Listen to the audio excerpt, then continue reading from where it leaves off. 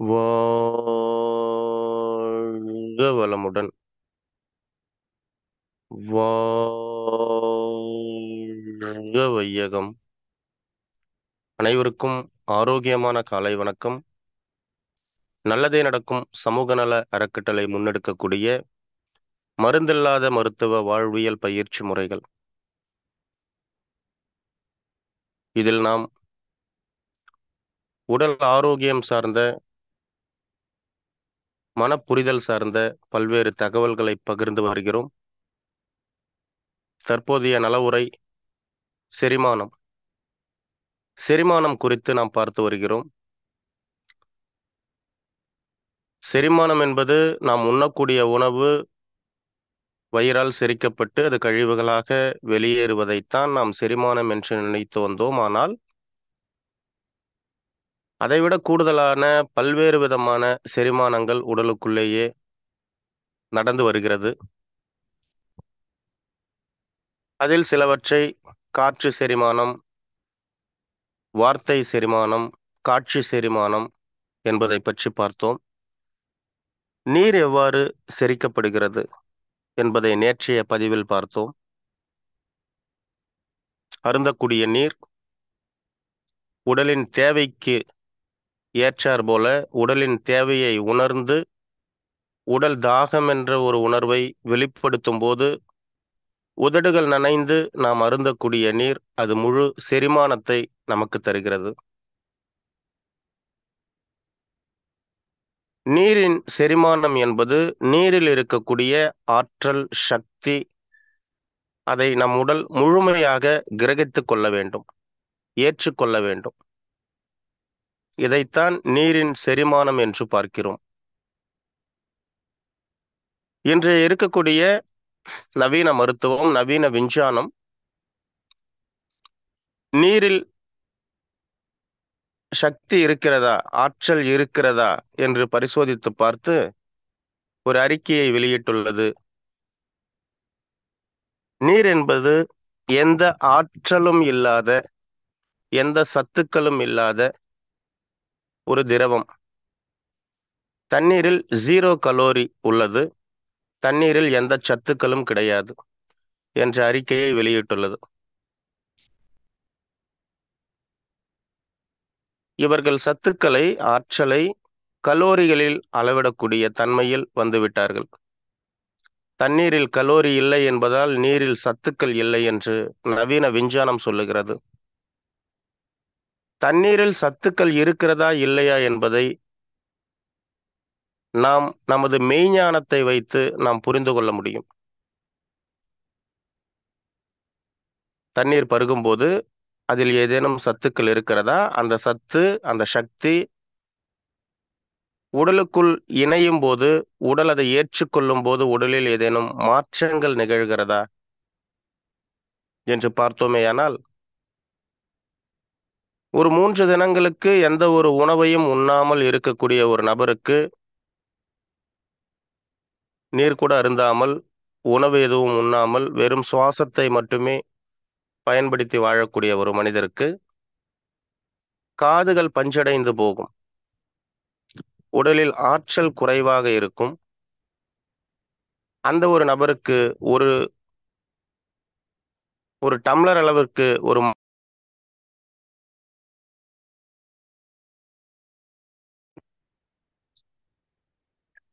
அவர் ஒரு குவளை அளவு மண்பானை தண்ணீரை குடித்தார் என்றால் அவருக்கு தெரியும் அந்த தண்ணீரில் சத்துக்கள் இருக்கிறதா இல்லையா என்று. உணவு எதுவும் உண்ணாமல், நீர் எதுவும் அருந்தாமல் இருக்கக்கூடிய ஒரு சாதாரண சக மனிதர் ஒரு குவளை தண்ணீர் குடிக்கும்போது அந்த காதுகள் பஞ்சடைந்த தன்மை மாற்றப்படுகிறது. அவருக்கு தானாக ஒரு ஆற்றல் உடலில் உருவாவதை அவரால் உணர முடியும். நம் ஒவ்வொருவராலும் உணர முடியும். நம் உடல் சொல்லக்கூடிய, நமது மெய்யியல் சொல்லக்கூடிய அந்த அறிவிப்பு அது. ஆனால் நவீன மருத்துவம் சொல்லுகிறது, நவீன விஞ்ஞானம் சொல்லுகிறது, தண்ணீர் என்பது 0 கலோரி, தண்ணீரில் எந்த சத்துக்களும் கிடையாது என்று.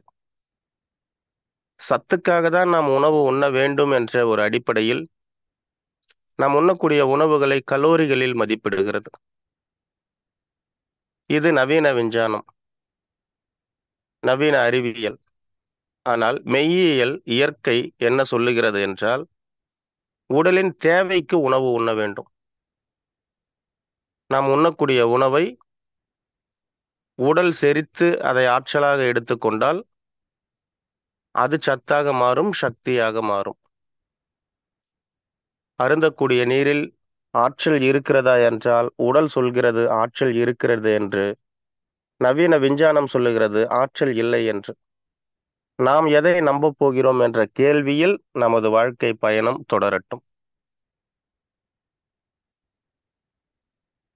தண்ணீர் அருந்தும் போது, நேற்றைய பதிவில் நாம் பார்த்தது போல, உதடுகள் நனையாமல் தண்ணீரை அருந்தும் போது அந்த நீரில் இருக்கக்கூடிய ஆற்றல் முழுமையாக உடலால் ஏற்றுக்கொள்ளப்படுவது இல்லை.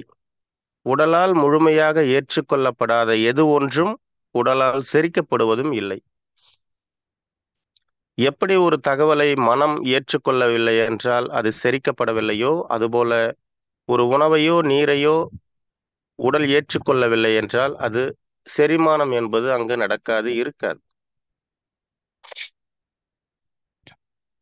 எனவே நாம் தண்ணீர் அருந்தும் போது பொறுமையாக, நிதானமாக, இன்னமும் சில சமூகங்களில் நீர் அருந்தும் போது நின்று கொண்டு அருந்தக்கூடாது, அமர்ந்து கொண்டுதான் அருந்த வேண்டும் என்ற ஒரு வாழ்வியல் பழக்கமாக வைத்திருக்கிறார்கள். நின்று கொண்டு நீர் அருந்தினாலும் சரி, அமர்ந்து கொண்டு அருந்தினாலும் சரி, பதட்டம் இல்லாமல், அவசரம் இல்லாமல், நிதானமாக, பொறுமையாக உதடுகள் நனைந்து தண்ணீரை பருகும்போது அது நம் உடலுக்கு முழு ஆற்றலாக மாறுகிறது. நம் உடலால் முழுமையாக செரிக்கப்படுகிறது.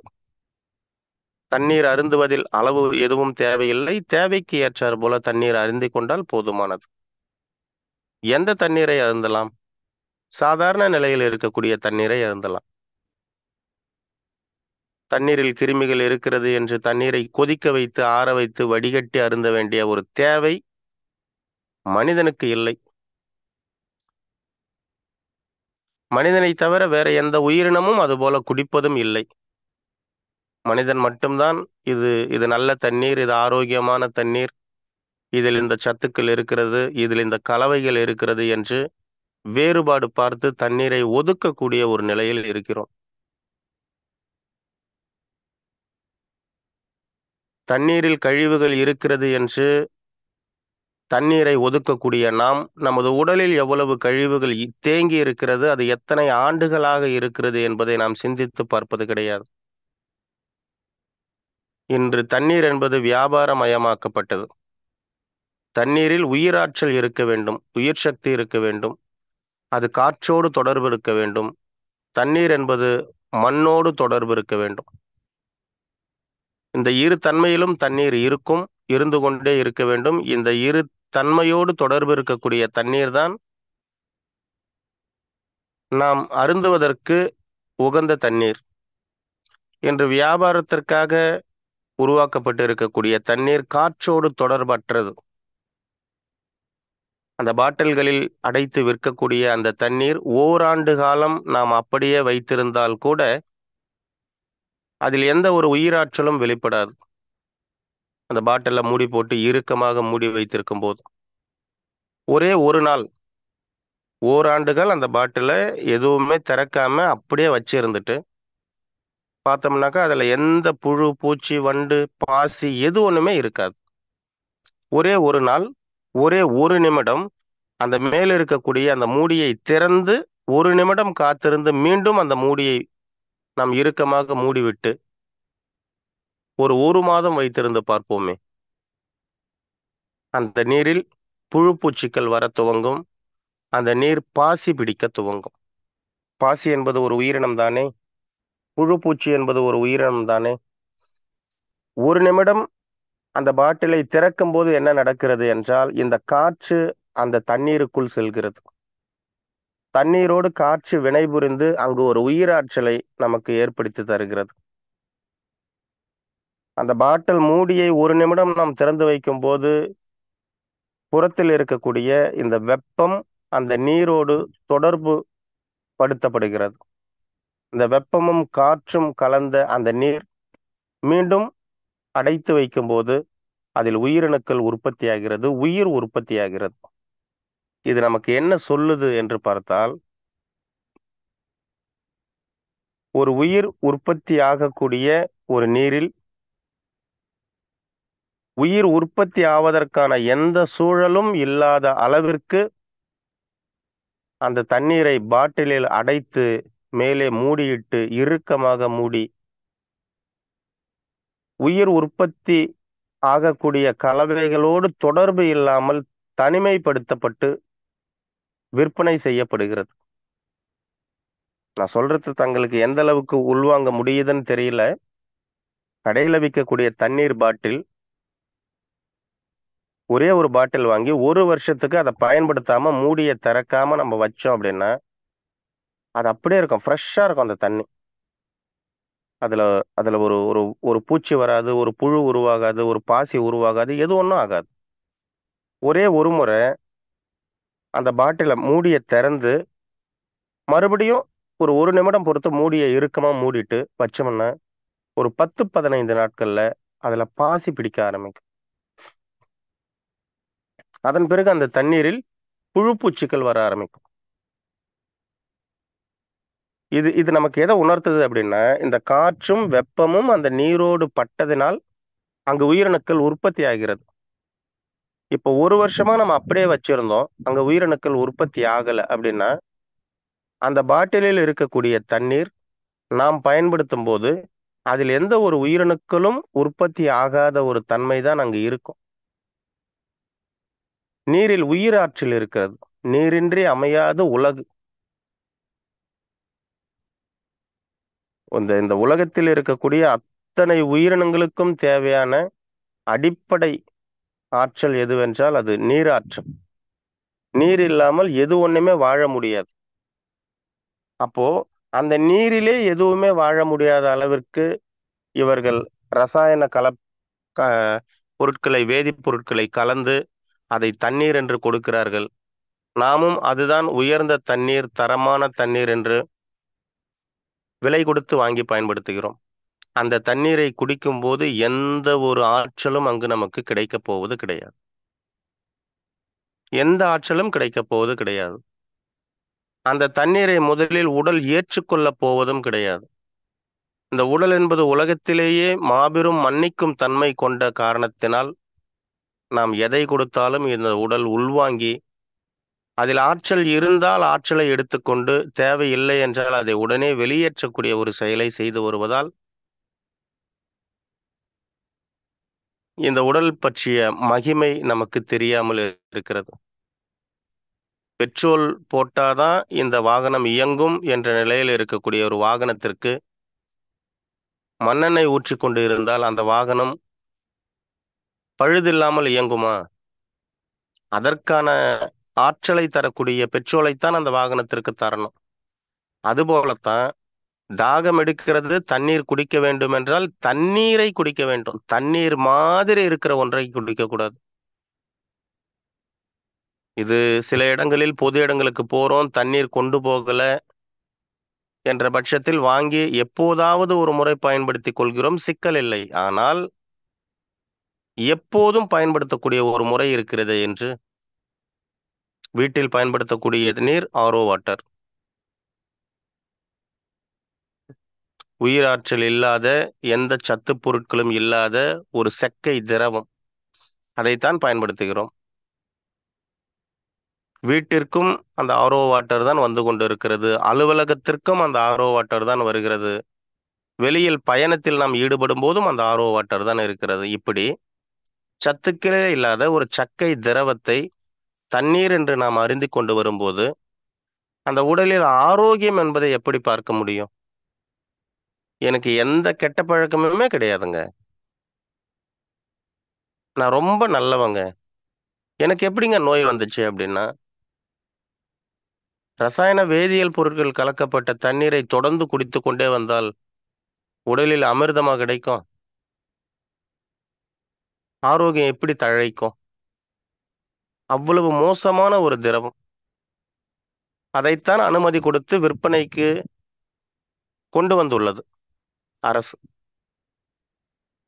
இப்போ வேற வழி இல்ல, இதுதான் சுத்திகரிக்கப்பட்ட நீர், இத தான் குடிக்கணும் அப்படின்னா, எளிமையாக நம்ம என்ன பண்ணலாம் அப்படின்னா, அந்த நீரை வாங்கி வந்த உடனேயே அதன் மூடியை திறந்து, அதை வேறு ஒரு ஒரு பாத்திரத்திற்கு மாற்றிக்கொள்வது சிறந்தது. வீட்டில் பயன்படுத்துகிறோம் என்றால், ஒவ்வொரு வீட்டிலும் ஒரு மண்பானை வைத்துக்கொண்டு, ஆரோ வாட்டர் தான் குடிக்கணும் அப்படின்னா குடிச்சுக்கிரலாம். அத அந்த மண்பானையில ஊத்தி வச்சு, அதன் பிறகு அந்த தண்ணீரை குடிச்சோம் அப்படின்னாக்கா, இந்த மண்ணோடும், காற்றோடும், வெப்பத்தோடும் அந்த நீர் தொடர்பு படுத்தப்படும். அதில் உடனடியாக உயிராற்றல் அந்த நீருக்கு கிடைக்கத் துவங்கும். அந்த நீரை நாம் பருகும்போது, அந்த உயிராற்றல் இருக்கக்கூடிய நீரை உயிருள்ள மனிதன் பருகும்போது, உயிரோடு உயிர் தொடர்பு படுத்தப்பட்டு, அந்த உயிர் மகிழ்ச்சி அடையும். உயிரோடு இருக்கக்கூடிய மனிதனுக்கு உயிரற்ற ஒரு திரவத்தை நீர் என்று பருகும்போது, உயிர் எவ்வாறு அதை ஏற்றுக்கொள்ளும்? முடியாது இல்லைங்களா? அப்போ இந்த மாரி மாற்று ஏற்பாடு பண்ணா சரி. கடையில போயிட்டு நம்ம தண்ணீர் பாட்டில வாங்கி திறந்து உடனே குடிக்கிறோம். இது மோசமான பழக்கம். தண்ணீர் பாட்டிலை வாங்கிய உடனேயே அதன் மூடியை திறந்து ஒரு 2, 3 நிமிடம் விட்டுறணும். அங்க இருக்கக்கூடிய அந்த வெப்பம், காற்று அந்த நீரோடு கலக்கணும். அதன் பிறகு அந்த மூடிய மூடி வச்சுக்கிட்டு நம்ம குடிக்கலாம், தப்பு கிடையாது. 20 லிட்டர் வாட்டர் கேன் வாங்கிட்டு வரோம் அப்படின்னாக்கா, தண்ணி கேன் வாங்கிட்டு அந்த உடனே அந்த பவுல்ல நம்ம கவுத்துருவோம். அதுவும் மிக மோசமான ஒரு செயல். அத ஒரு 5 நிமிடம் அந்த மூடியை திறந்து வைக்கணும். அப்ப அங்க இருக்கக்கூடிய அந்த சீர்தோஷ்ண வெப்பநிலையோடும், அந்த காற்றோடும் அந்த நீர் வினைபுரிந்து, அதில் ஒரு மாற்றங்கள் ஏற்படும்.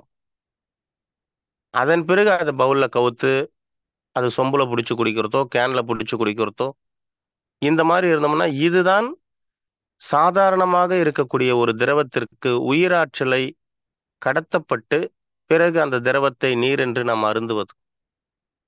தவிர்க்க முடியாது. இந்த தண்ணீய தான் குடிக்கணும். அப்படின்ற நிலை இருக்கும்போது, இதுபோல இதற்கு மாற்று ஏற்பாடுகள் மிகவும் எளிமையானது. மிக, மிக எளிமையானது. இது போன்ற மாற்று ஏற்பாடுகள் செய்து கொண்டு அந்த நீரை நாம் பருகும்போது, உடலுக்கு அவ்வளவு ஆற்றல் கிடைக்கும். உயிர் ஆனந்தமாக இருக்கும். உடல் அந்த நீரை ஏற்கும். முழு செரிமானத்திற்கு அது ஒத்துழைக்கும். இதைவிட சிறந்த தண்ணீர், ஆற்று நீர், ஏரி நீர், குளத்து நீர், இன்னைக்கு அதெல்லாம் பார்க்கறதுக்கே நமக்கு ஒம்ப மாட்டேங்குது. அந்த அளவுக்கு ஒரு மோசமான நிலைக்கு மாற்றப்பட்டாகி விட்டது. நீர் அல்ல, மனித மனம். ஒரு 40, 50 ஆண்டுகளுக்கு முன்பு என்ன நடக்கும் என்று பார்த்தோமேயானால், இந்த அளவுக்கு நகர்ப்புறங்கள் விரிவுபடுத்தப்படவில்லை. நகரமாக இருந்தாலும் அது கிராமம் போன்றே தான் இருக்கும். எங்கேயோ ஒரு வீடு என்றுதான் நகர்ப்புறங்களிலும் இருக்கும் 40, 50 ஆண்டுகளுக்கு முன்பு. அங்கு அருந்தக்கூடிய நீர், மனிதர்கள் அருந்தக்கூடிய நீர், நகர்ப்புறங்களில் கிணற்று நீரும், கிராமப்புறங்களில் குளத்து நீரும், இன்னும் ஆறுகள் பாயக்கூடிய பகுதிகளில் அருகில் இருப்பவர்கள் ஆற்று நீரும், சிலர் சுனை நீரும் குடித்து வந்தார்கள். ஆரோக்கியமாக வாழ்ந்தார்கள். இந்த குளத்து நீர் எடுக்க போகும்போது பார்த்தோம்னா, ஒரு பக்கம் குளிச்சுக்கிட்டு இருப்பாங்க. குளத்துக்கு 4 பக்கம் படி இருக்கும். ஒரு பக்கம் குளிச்சுக்கிட்டு இருப்பாங்க. அந்த அந்த குளத்து நீரை எடுத்துட்டு வந்து அருகில் வைத்து துணி துவைக்கக்கூடிய, துணி அலசக்கூடிய ஒரு செயல் நடக்கும். ஒரு பக்கம் என்ன பண்ணுவாங்கன்னாக்கா, வீட்டுக்கு குடிக்கிறதுக்கு தண்ணி வேணும் என்று அந்த குளத்தில் போயிட்டு தண்ணீர் எடுத்துட்டு வந்து குடிப்பாங்க. அன்னைக்கெல்லாம் நல்லா இருந்தாங்க. நோய் இல்லாம இருந்தாங்க. ஆரோக்கியமா இருந்தாங்க. சுகர்னா என்னன்னே தெரியாது. அந்த அளவிற்கு இருந்தார்கள். ஆனால் இன்று நவீனமயமாக்கப்பட்ட இன்ற காலகட்டத்தில் நமது மனம், அது ஒரு மோசமான ஒரு ஒரு ஆரோக்கிய குறைவிற்கே அடிப்படை அங்குதான் துவங்கப்பட்டது என்று நம் மனம் நம்பிவிட்டது. அந்த நீர் மண்ணோடும், காற்றோடும், வெப்பத்தோடும், இந்த பிரபஞ்சத்தோடும் நேரடி தொடர்பில் இருந்த நீர். அந்த நீரை பருகும்போது உடலில் அவ்வளவு ஆற்றல் கிடைத்தது. அந்த நீரை பருகிய மனிதர்கள் அவ்வளவு வாழ்ந்தார்கள். நீரினாலே பல்வேறு விதமான வியாதிகள் ஏற்படும். நீர் விற்பனை செய்யக்கூடிய நிறுவனங்களின் முதலாளி யார் என்று கொஞ்சம் அப்படியே உற்று போய் பார்ப்போமே. இந்த நீர் விற்பனை செய்யக்கூடிய நிறுவனங்களின் முதலாளி, மருந்து நிறுவனங்களை நடத்தக்கூடிய முதலாளிகள். இது ஒரு வியாபாரம். மருத்துவம் என்பது இன்று வியாபாரமாக மாறிவிட்டது. இதில்தான் நாம் சிக்கிக் கொண்டிருக்கிறோம். இதில்தான் நாம் சிக்கிக் கொண்டிருக்கிறோம். ஒரு வியாபாரி ஆண்டு லாபத்தை பார்ப்பாரா, மக்கள் நலனை பார்ப்பாரா? நாம தான் யோசிக்கணும். அவரது வியாபாரத்தை அதிகப்படுத்த பார்ப்பாரா,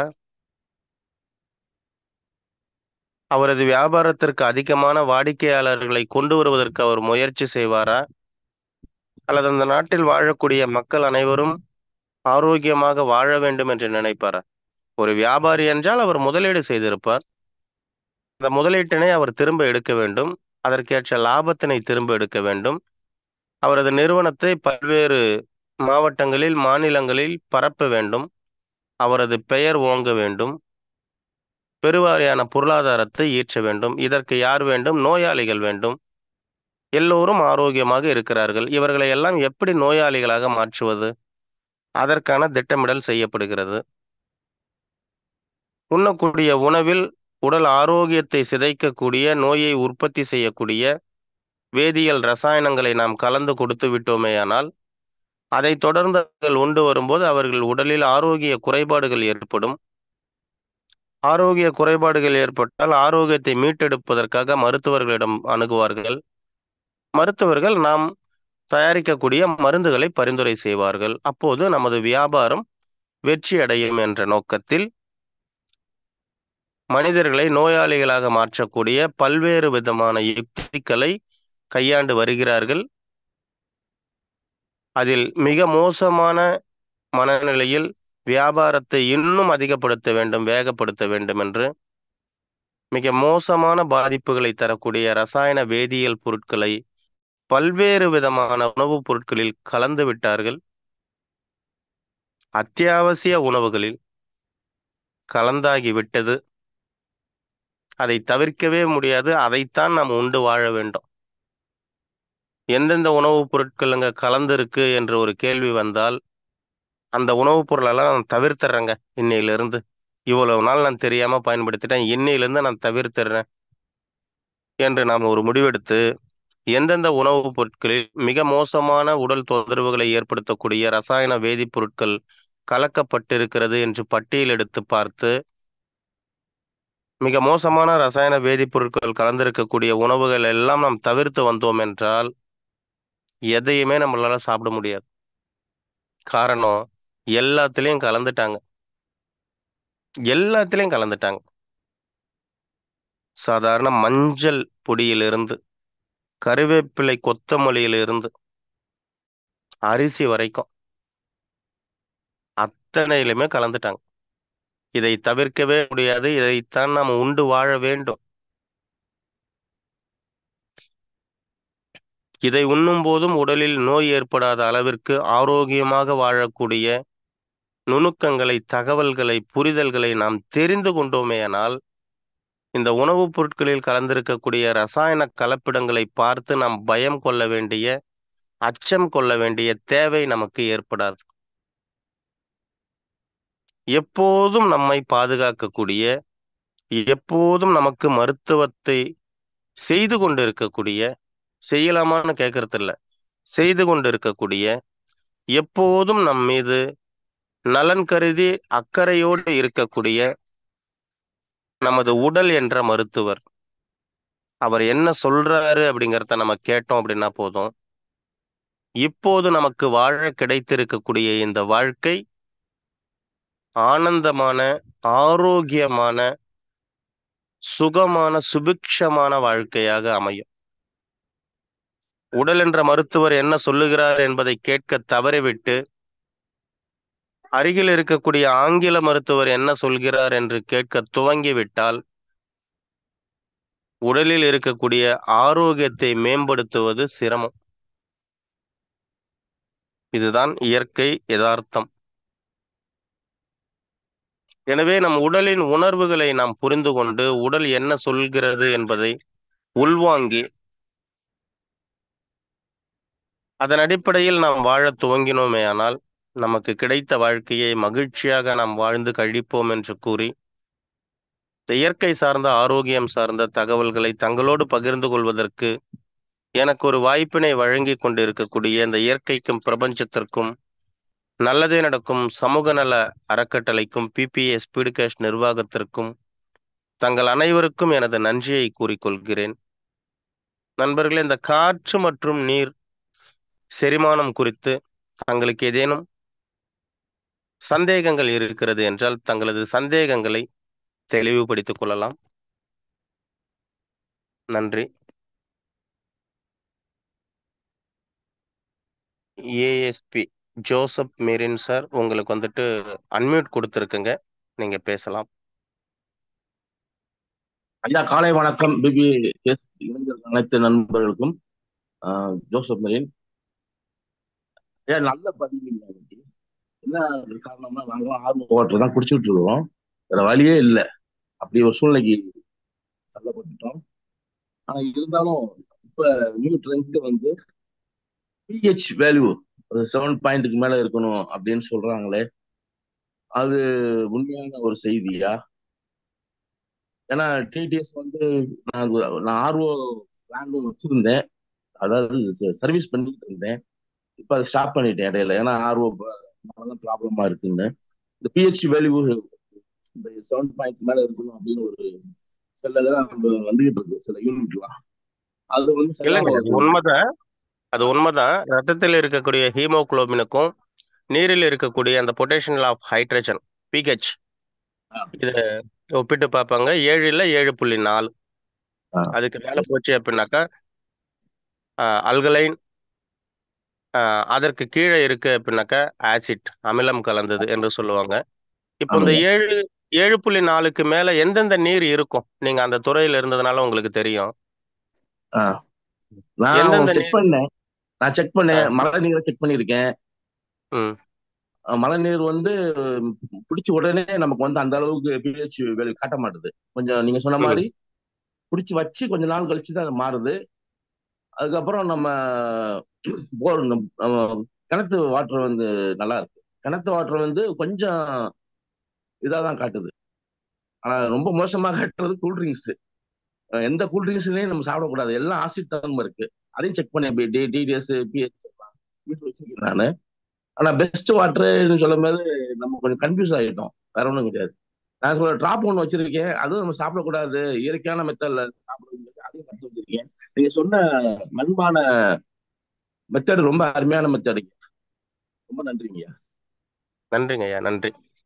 இந்த தண்ணீரில் இந்த அளவுக்கு என்னென்ன சத்துக்கள் இருக்கு என்று ஆராய்ச்சி பண்ணி சாப்பிட வேண்டியது, அருந்த வேண்டிய நிலை நமக்கு தேவையில்லை. தண்ணீரை குடிக்கலாமா வேண்டாமான்ட்டு நமக்கு ஒரு ஒரு இன்ஸ்டன்ட் டெஸ்டிங் உடனே நமக்கு கிடைச்சிரும். பிஹெச் வேல்யூ கொடுக்கறதுக்கு ஒரு 10 செகண்ட் ஆகுது அப்படின்னா கூட அந்த 10 செகண்டுக்கு முன்னாடியே நமக்கு டெஸ்ட் கொடுக்கக்கூடிய ஒரு எக்யூப்மெண்ட்டை நம்ம வச்சுக்கிட்டே இருக்கோம். அது யாரு அப்படின்னு பார்த்தோம்னாக்கா நம்ம நாக்குல பட்ட உடனே அது சொல்லிடும், இதை குடிக்கலாமா இல்ல துப்பிடலாமான்ட்டு.